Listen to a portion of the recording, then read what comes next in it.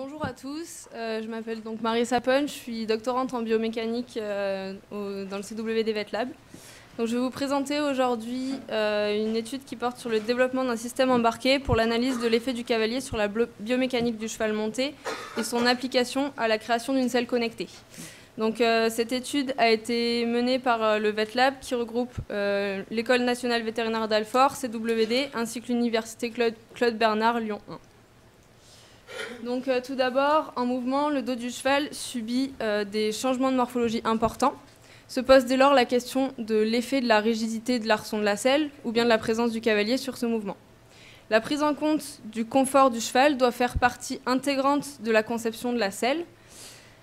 Et donc, il est important d'intégrer l'effort et le geste sportif dans le développement produit. Pour cela, on a besoin d'un certain nombre d'informations concernant la biomécanique dorsale du cheval en mouvement, ainsi que des données quantifiées sur l'effet du cavalier et de la selle. Donc pour cela, dans la littérature, on retrouve un grand nombre d'éléments déjà qui vont nous aider, avec notamment l'amplitude des mouvements dorsaux du cheval non monté, mais également l'amplitude des mouvements dorsaux du cheval monté à l'arrière de la selle, ou bien encore la force exercée par le cavalier sur les étriers, l'interaction cavalier-selle-cheval, ainsi que la pression exercée par la selle et le cavalier, donc sur le dos du cheval. Malgré cette quantité, cette multitude d'informations, se pose encore la question de savoir comment va bouger le dos du cheval sous la selle, ce qui se passe exactement sous la selle, afin de pouvoir avoir une connaissance globale de l'interaction selle-cavalier-cheval.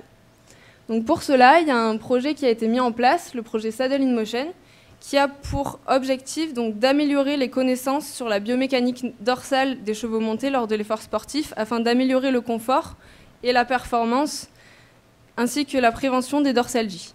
Donc, je vais vous présenter ici qu'une petite partie de l'étude parce que c'est une étude qui est vraiment très importante. Donc si vous voulez retrouver la totalité de l'étude, elle est disponible sur internet assez facilement. Aujourd'hui, on va s'intéresser donc à l'étude de l'effet du cavalier sur la biomécanique du cheval en comparant le trot non monté au trot monté.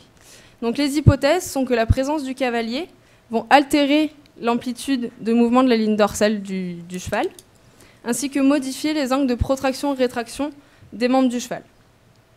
Donc pour le projet Saddle in Motion, il y a un gros protocole de mesures qui a été mis en place, avec donc l'utilisation de 5 centrales inertielles positionnées sur les vertèbres du dos du cheval, afin de venir mesurer les variations angulaires des différentes vertèbres du dos du cheval sous la selle.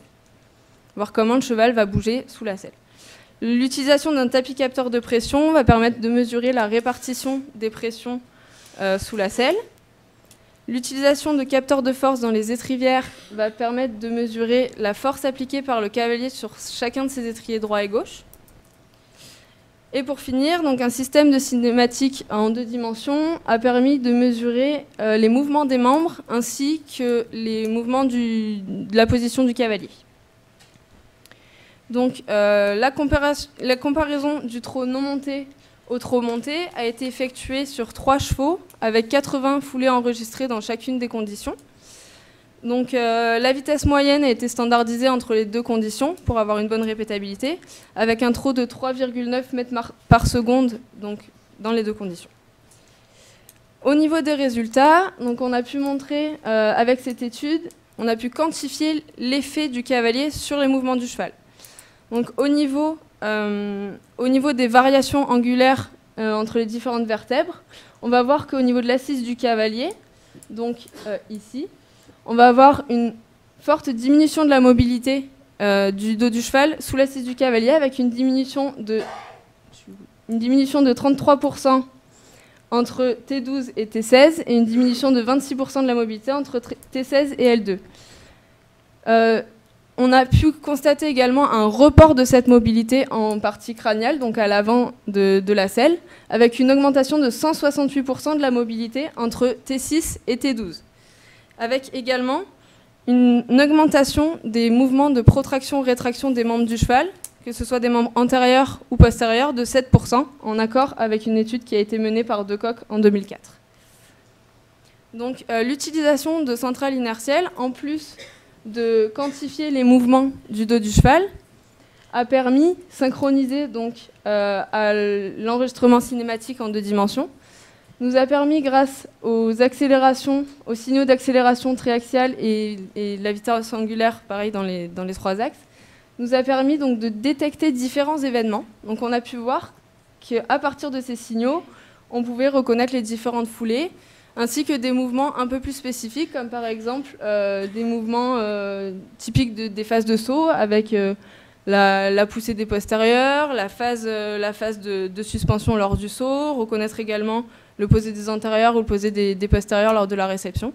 Donc, toute cette reconnaissance d'événements qu'on a pu faire grâce à ces signaux-là nous a donné l'idée de développer un objet connecté, donc une selle connectée, qui a pour objectif donc d'émettre des données quantifiées sur les sensations du cavalier, mais également apporter un outil de coaching à distance, d'augmenter l'expérience digitale pour le cavalier, de créer une base de données pour mieux comprendre le cheval de sport, mais également d'apporter donc un outil de suivi longitudinal pour les chevaux, d'un point de vue sportif avec l'évolution au niveau du travail et l'effet de l'entraînement, mais également d'un point de vue vétérinaire avec la détection de l'apparition des troubles locomoteurs chez le cheval. Donc pour vous présenter rapidement l'outil, il s'agit donc d'une selle avec une centrale inertielle qui va être positionnée vraiment dans le pommeau de la selle, donc proche du centre de gravité du cheval, avec à l'arrière donc un boîtier déporté qui contient la batterie et une antenne, qui permet donc à un téléphone de communiquer donc avec la selle afin d'avoir une visualisation des paramètres de la locomotion du cheval synchronisée à la vidéo. Donc ça permet vraiment d'avoir à la fois le côté visuel et le côté quantifié avec les paramètres qui sont synchronisés en temps réel. Donc grâce à cet outil, on peut sortir un certain nombre de paramètres en accord avec la littérature. Donc par exemple, des paramètres de galop tels que la cadence qui correspond au nombre de foulées par seconde, la régularité qui correspond au pourcentage de ressemblance de chaque foulée, la vitesse ainsi que la longueur de foulée. Donc si vous souhaitez plus d'informations sur la précision et la prédiction de ces mesures, je vous invite à aller consulter le poster d'Amandine Schmutz qui est disponible dans le hall, donc, qui porte vraiment sur cet aspect de précision et de prédiction de vitesse et de longueur de foulée. Donc je vous invite pleinement à aller le consulter si ce n'est pas déjà fait. Il y a également donc, des paramètres de saut, tels que la fréquence des foulées à l'abord, la symétrie de la poussée des postérieurs à l'abord, ainsi que le nombre de foulées nécessaires pour récupérer le galop moyen à la réception d'un saut, donc qu'on appelle la reprise. Je ne sais pas si ça va marcher. Non. Je voulais vous montrer sur la vidéo la synchronisation des paramètres avec l'enregistrement vidéo, mais il y a un petit souci, donc je vous invite à la consulter sur Internet si vous voulez, vous pouvez la retrouver très très facilement aussi. Donc, ce qu'il faut retenir de cette présentation, c'est que la miniaturisation et la synchronisation de plusieurs capteurs est la clé de la compréhension de l'interaction cheval-selle-cavalier. C'est ce qui a permis, donc ce qui a rendu possible l'étude du dos du cheval scellé en mouvement, et donc par la présente étude de quantifier la présence du cavalier, que la présence du cavalier diminue la mobilité du dos du cheval sous son assise et augmente l'amplitude des mouvements des membres du cheval. Donc dès lors, on peut dire que l'utilisation d'objets connectés permet à la fois d'enrichir les données d'un point de vue recherche, mais également de les appliquer au développement d'une aide à l'entraînement pour le cavalier.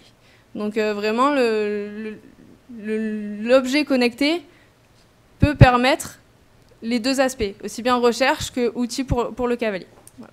Je vous remercie de votre attention.